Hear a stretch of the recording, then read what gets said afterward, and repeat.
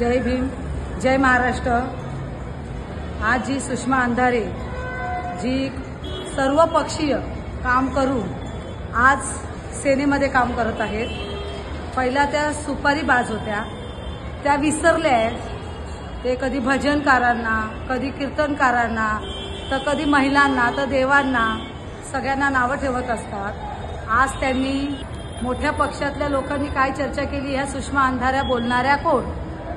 आज त्यांना माहिती आहे का, जेव्हा सेनेची आणि वंचितची युती झाली आणि त्यावेळेस काय संभाषण झालं हे तिला तरी माहिती आहे का पहिला?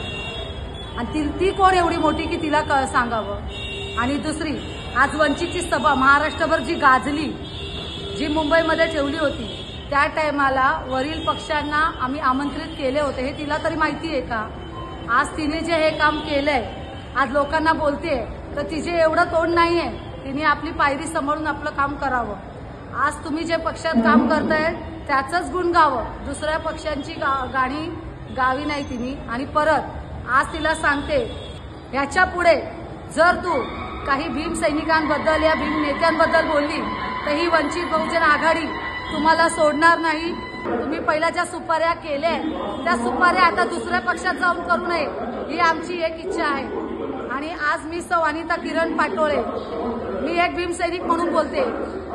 आज बाबासाहेबांनी जे संविधान लिहिलं, जे लोकांसाठी काम केलंय, सर्व समाजासाठी केलंय, तर तुम्ही सर्व समाजाबद्दल चांगली नेतृत्वता ठेवा, चांगलं बोला। आणि मोठ्या पक्षामध्ये तुम्ही गेला आहात तर तुम्ही फक्त कामं करा, पक्षांच्या विरुद्ध बोलणं हे सोडून द्या आणि आपली पायरी कितपावत आहे ती आपण ओळखावी। जय भीम, जय महाराष्ट्र।